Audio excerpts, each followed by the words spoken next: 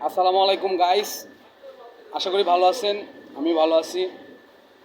আসলে আমি দুই একদিন আগে একটা ভিডিও ছাড়ছিলাম মুসলিম ভাইদের জন্য।